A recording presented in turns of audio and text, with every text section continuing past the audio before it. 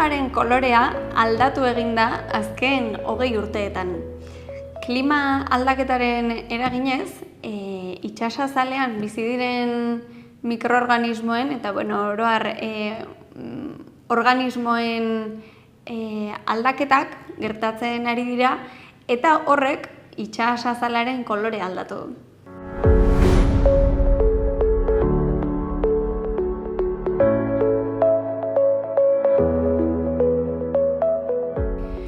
Satelite bidez egin dituzte hainbat neurketa eta hala ikusi dute prozesu hori gertatzen ari dela. Zehazki erreflektantzia neurtu dute eta erreflektantzia funtsean da itsasoaren kolorea neurtzeko modu bat eta aukera ematen du klorofilaren kontzentrazioa eta ekosistemaren egoera monitorizatzeko edo ekosistemaren egoera nolakoa den ondorioztatzeko. Ikertzaileek ikerketa egin duten zientzialariek ondorioztatu dutena da kolore aldaketa hori komunitate plantonikoaren aldaketa bat gertatu denaren isla dela. Gogoratu behar dugu planktona organismo txikiak direla, fitoplanktona eta zooplanktona dugu, landare jatorrikoa esango genuke eta bestea animali txiki ez osatua, eta fitoplanktona fotosintesia egiten du eta ozeanoko ekoizle primario nagusiak dira fitoplanktona. Haiek sortzen dute ozeanoko eta baita gero atmosferara bidaliko den oxigenoaren zati handi bat. Eta badirudi aldatzen ari direla. Baina, ezin izan dute ondorio gehiago atera. Aurreko saioan atmosferako korrontez aritu ginen, gaurkoan ozeanoen korrontez arituko gara. Ikasiko dugu ozeanoan ze mugimendu gertatzen diren, nola mugitzen diren urak, eta hor ere aldaketa asko eta prozesu txiki asko baldin badaude ere, badago zirkulazio orokor bat. Esan genuen atmosferan aire masen mugimendua dela zirkulazio hori ez, eta ozeanoan berdina gertatzen da, baina urarekin. Ze ezin dugu ahaztu, ozeanoak lurraren zati handi bat estaltzen duela, eta beraz eragin handia dute ozeanoek baita ere lurreko kliman. Eta gainera, zirkulazio atmosferikoa eta ozeanikoa lotuta daude. Askotan pentsatzen dugu banandutako bi elementu edo direla ez, atmosfera eta ozeanoa, baina atmosferak ozeanoa berotzen du eta ozeanoak ere eragiten dio atmosferari. Eta hori gainera, ozeanoa badirudi zerbait estatikoa edo dela ez, kenduta olatuak, badirudi ur-masa bat dela eta ez duela bere biziko prozesurik izango, baina mugimendu asko dago ozeanoan, bai vertikalki, urak nahasten direlako vertikalki, eta baita horizontalki ere, eremu bateko urak beste eremu batzuetara mugitzen direlako. Hau gainera gertatzen da, funtsean atmosferan ikusi genuen bezala dentsitate diferentzia bategatik. Beraz, esaten dugunean, ozeanoa konektatuta dagoela, ez da bakarrik hori ozeanoa osotasun bat delako eta ur guztiak momentuen batean ukitzen direlako, baizik eta benetan ozeanoko ura lur guztian zehar barreiatzen delako. Eta atmosferan bezala, uretan ere, edo urak ere, ur beroak gora egiten du dentsitateagatik eta hotzak behera. Eta Coriolis indarrak noski eragiten dio baita urari, esan genuen bezala, edozein fluidori eragiten diolako, beraz urari ere eragiten dio. Eta ipar hemisferioan urak erlojuen norabidean desbideratzen da, eta hego hemisferioan kontrako noranzkoan. Hori adibidez ikusi dezakegu komunean, zisternari ematen diogunean, ipar hemisferioan erlojuen noranzkoan xurgatzen da ura eta hegoaldean kontrara, eta funtsean hori da itsasoan gertatzen dena baita ere. Baina itsasurak badu beste propietate bat, aireak ez duena, eta hori da gazitasuna. Beraz, temperatura eta gazitasuna batzen baditugu, lortzen duguna da korronte termoalinoa. Korronte termoalinoa da, ozeanoko ur guztiak batzen eta mugitzen dituen korrontea, termoberoa eta alino gatzari egiten dio. Laburra azalduta, korronte honek bi partaide ditu. Azaleko korronte beroak, gune tropikalean berotzen direnak eta poloetara mugitzen direnak beroa garraiatuz, eta behin poloetara iristean hoztu eta ondoratzen direnak eta beren bidea egiten dute bueltan polo inguruetara, eta horiek dira ondoko, itsaso ondoan doazen korronte hotzak. Ipar Atlantikoan zentratzen baldin bagara, adibidez, ikusiko dugu gainazaletik doan korronte bero bat, eta hori da Golkoko korrontea, korriente del Golfo erderaz esaten zaiona. Kariben sortzen da, eta Atlantikoa gurutzatzen du pixka bat iparralderuntz, eta Groenlandiara iristen da.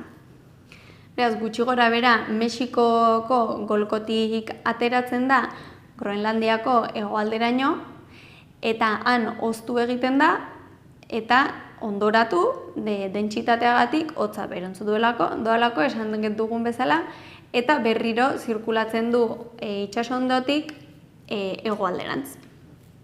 Noizbait pentsatu alduzue latitudeari begiratzen baldin badiogu, hau da, lurrean ze iparralde edo hegoalde ze puntutan gauden Europan, Amerikan, baina bero gehiago egiten duela.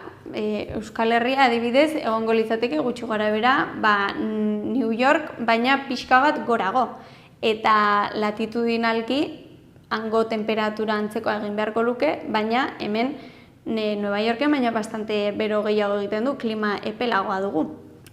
Horren arrazoia Golkoko korrontea da. Ze Golkoko korronteak Karibeko beroa ekartzen digu Europako Atlantikoko kostaldera, eta Europako klima osoa epeldu egiten du. Agian entzun duzue, notizi izutzaile horietako bat, klima aldaketak poloak urtzen dituen heinean, Golkoko korrontea desagertuko dela edo gelditu egingo dela, eta Europa glaziazio batean sartuko dela. Baina honek zer esan nahi du, eta nola gertatuko litzateke hau, eta agian garrantzitsuna posible da hau gertatzea? Poloetako izeberak eta izotza urtutzeak eragiten duena da urgezaren deskarga handi bat poloetan, ez? Eta itsasora urgeza pilo bat iristen da. Urgezaren sarrera horrek dentsitate aldaketa bat ekartzen du uretan, ur hotza, baina geza sartzen delako batean aipatu dugun korronte horretan. Beraz, horrek nola ur geza den, ur hotz hori ondoratzea zaildu egiten du, eta beraz, Golkoko korrontea, eta orokorrean korronte termoalino hori motelduko edo geldituko litzatekela esaten dute. Beraz, Golkoko korrontea geldituko balitz, ez litzaiguke Europara iritsiko Karibeko urbero hori, eta ez luke gure klima epelduko. Beraz, diote glaziazio batean sartu ahalko ginatekela. Baina adituen ustez hau ez da posible. Posible litzateke Golkoko korrontea moteltzea, eta izatez gertatzen da, urtero badaudelako aldaketak, eta urte batzuetan motelagoa da bestetan baina glaziaziorik ez da gertatuko. Eta Europako klima ez da hainbeste aldatuko Golkoko korrontea aldatzen baldin bada ere. Beraz, askotan pentsatzen da, berotegi efektuak temperaturak igotzea eragingo duela toki guztietan, baina gertatu daiteke eremu batzuetan temperaturak hoztea. Ozeanoaz eta klima aldaketaz hitz egitean, beste prozesu oso garrantzitsu bat azidifikazioa da, seguruenik entzun duzue, azidifikazioaren inguruan, funtsean dela ozeanoak azidoago bihurtzea. Izatez oso prozesu arraroa dirudi, zergatik bihurtu behar dira ozeanoak azidoagoak. Eta zer eragin izan dezake ozeanoa azidotzeak, ez dakit, prozesuetan, organismoetan zer gertatu daiteke ozeanoa azidotzen baldin bada. Funtsean, ozeanoaren azidotzea da ozeanoaren pH-a denbora luze batean murriztea. Eta batez ere gertatzen da atmosferatik karbono dioksidoa edo CO2 uretan disolbatzen delako. Aipatu dugu lehen ere, dirudi atmosfera eta ozeanoa geruza batez bananduta dauden bi elementu direla, baina elkarrekintza handiak daude haien artean eta horietako bat da hain zuzen ere ozeanoak atmosferako CO2 xurgatzeko gaitasuna duela. Eta gaitasuna baino da kimikoki gertatzen den zerbait eta esan nahi dut gertatzen dela. Beraz, prozesu hori gertatzen denez, ozeanoa esan daiteke baita ere CO2 biltegi handi bat dela, CO2 asko xurgatzen duelako. Kalkulatzen da gutxi gora bera ozeanoak guk askatzen dugun, atmosferara askatzen den CO2-aren 30% inguru xurgatzen duela. Eta noski, CO2 mailak atmosferan gora egiten duen heinean, ozeanoan disolbatzen den CO2 kontzentrazioak ere gora egiten du. Eta aipatu beharrik ere ez dago, baina badakigu industrializazio iraultzaz geroztik CO2 isuri eta isuriari garela, eta hori dela CO2 gehiago egotearen, atmosferan CO2 geroz eta gehiago egotearen arrazoia, eta baita lurraren erabileraren aldaketak ere. Beraz, gauza da, ozeanoak CO2 xurgatzen duela. Eta xurgatzen duenean, disolbatzen denean CO2 uretan, erreakzio kimiko batzu gertatzen dira. CO2ak karbono bat eta bi oxigenoz osatuta dagoen molekula, urarekin erreakzionatzen du, bi hidrogeno eta oxigeno bat duen molekula, eta urari hidrogeno bat eta oxigeno bat kentzen dizkio. Beraz, gelditzen zaiguna da hidrogeno molekula bat aske uretan disolbatuta. Eta honi ioi bat deitzen zaio, hidrogeno ioi bat. Geroz eta CO2 gehiago disolbatu, geroz eta hidrogeno ioi gehiago askatzen dira uretan. Eta zerbait azidoa dela esaten denean, hain zuzen ere esan nahi du hidrogeno ioi asko dituela disolbatuta uretan. Uretan edo edozein likidotan. Eta honek gauza oso sinplea dirudi, baina fisiologikoki eta organismo mailan eragin handia du hidrogeno askeak egotea disoluzio batean. Bizi zikloetan eragin dezake, fisiologikoki eragin dezake, eta beste saio batean arituko gara ozeanoen azidifikazioak dituen eraginez. Baina ozeanoen azidotzea bereziki kaltegarria da karbonatozko egiturak sortzen dituzten animalientzat. Adibidez, izan daitezke txirlak, ostrak, itsastrikuak eta horrelakoak. Karbonatozko egiturak sortzen dituztenak. Eta hemen dator koxka.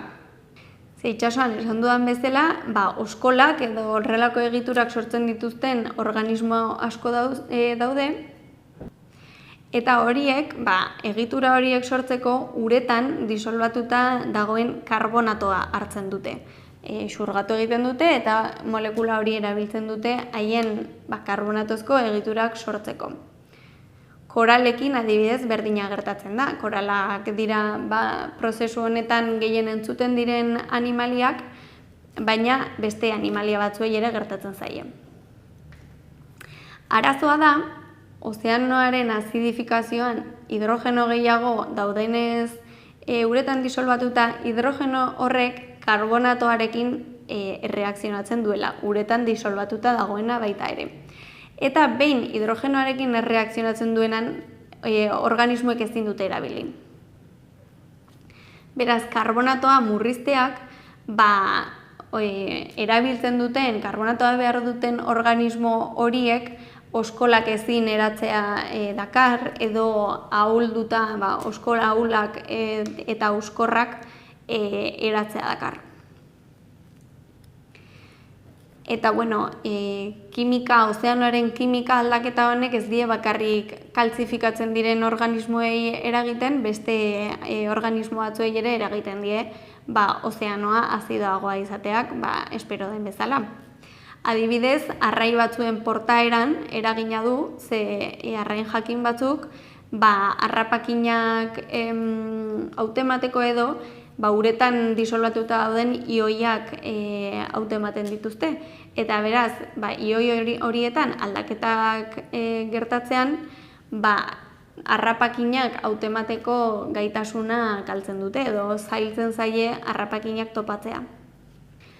Eta, espero den bezala, hainbat organismo arriskuan jartzen dituenez, ozeanoaren azidifikazioak, azkenean horrek kate trofiko osoan eragin dezake, eta kate batzuk, adibidez koraletan gertatzen den bezala, arriskuan egon daitezke. Baina, ozeanoek CO2a xurgatzeaz gain, oxigenoa ere sortzen dute eta atmosferara askatzen dute. Basoez asko hitz egiten dugu, Amazonasek zenbat oxigeno sortzen duen eta ze garrantzitsua den, eta noski dela garrantzitsua, baina ozeanoek ere gaitasun bera dute oxigenoa sortzeko. Eta lan hori egiten duena itsasoan gehien bat fitoplanktona da. Fitoplanktona ozeanoko ekoizle primarioak direla esan dezakegu, ozeanoko mikroorganismoak. Alga zelula bakarrak dira eta fotosintesia egiteko gaitasuna dute, horregatik sortzen dute oxigenoa.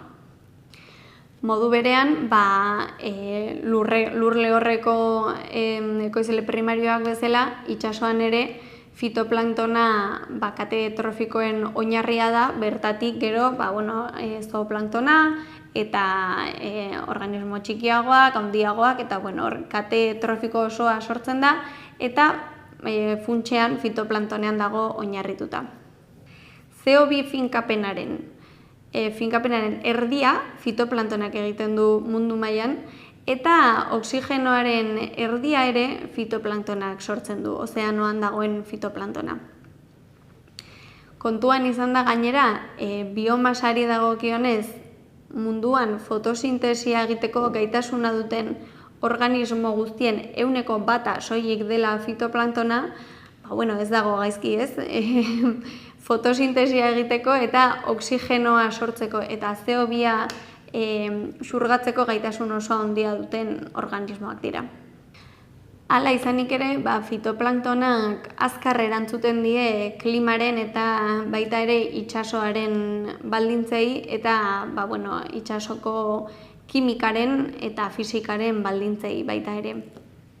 Eguzki eta mantenugai nahikoa daudenean uretan, fitoplanktona segituan hazten da, blumak gertatzen dira ez, bateko hazkundeak fitoplanktonean, eta horrek bizitza ikaragarria sortzen du normalean inguruan, baina baldintza horiek okerrera egiten dutenean ere segituan desagertzen da.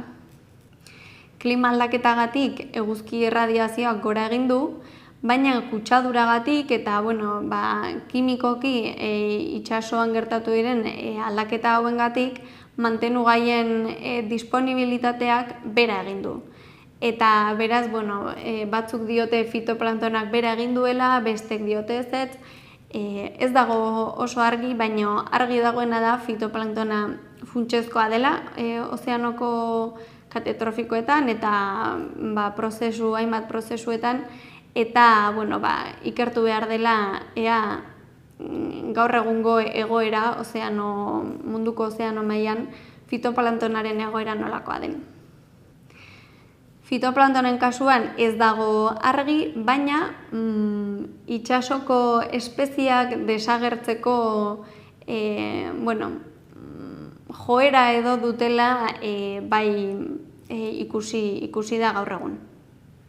duela gutxi ikerketa bat egin zuten, jakiteko ea gaur egun itsas espezieak gehiago desagertzen ari diren duela milioika edo 1000 urterekin alderatuta. Eta, horretarako alderaketa hori errazteko hartu dituzte soilik gaur egun eta lehenaldian existitzen ziren bizidunen generoak. Konparazio hori errazte aldera.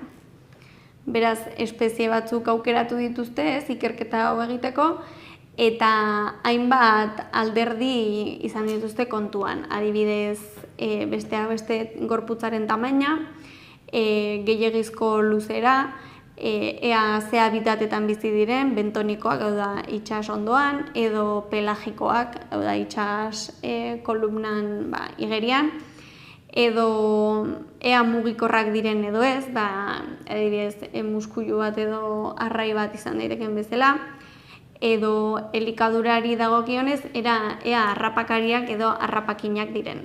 Eta esandakoa konparatu dituzte aurreko 5 desagertze masiboekin edo desagertzeekin konparatuta, eta ikusi dute oraingoa gogorragoa dela, orain gaur egun gertatzen ari den basabizitzaren desagertzea, gogorragoa dela tamaina handiko animalientzat eta arinago mugitzen diren animalia horientzat.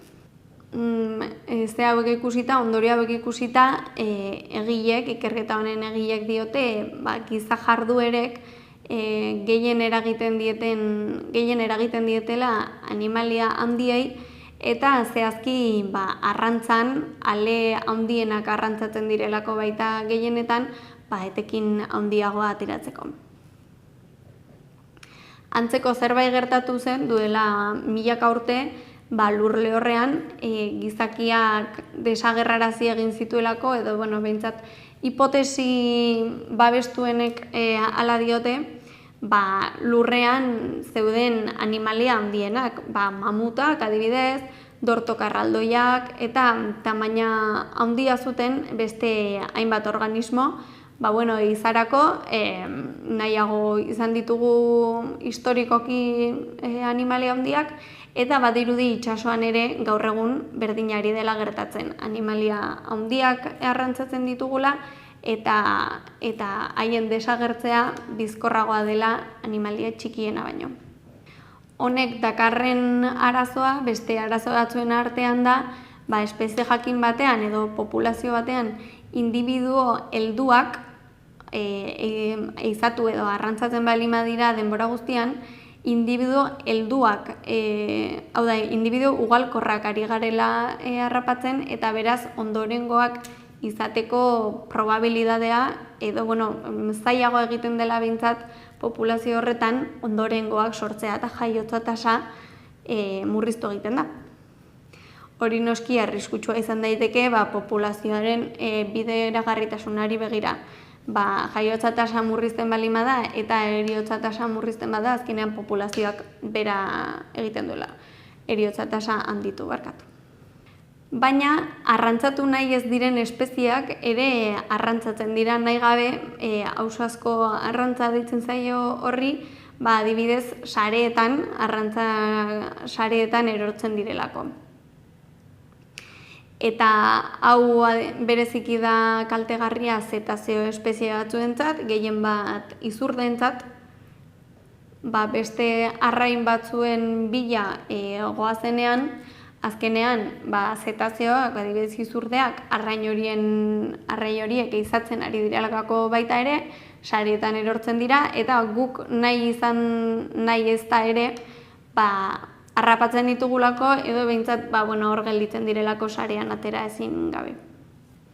Beraz, ikusi dugunez, ozeanoek eragin oso handia dute lurreko bizitzan baita ere, eta guk lur lehorretik egiten dugunak ere eragin handia du ozeanoan.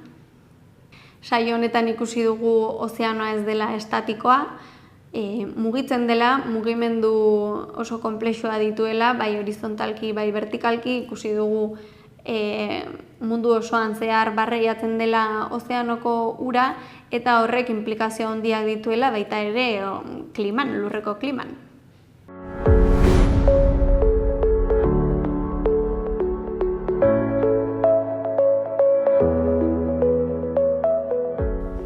Beraz, hau izan da guztia gaurkoz, ozeanoa eta klima aldaketaren gaiari dagokionez, hurrengo saioan beste gai bat jorratuko dugu. Eskerrik asko.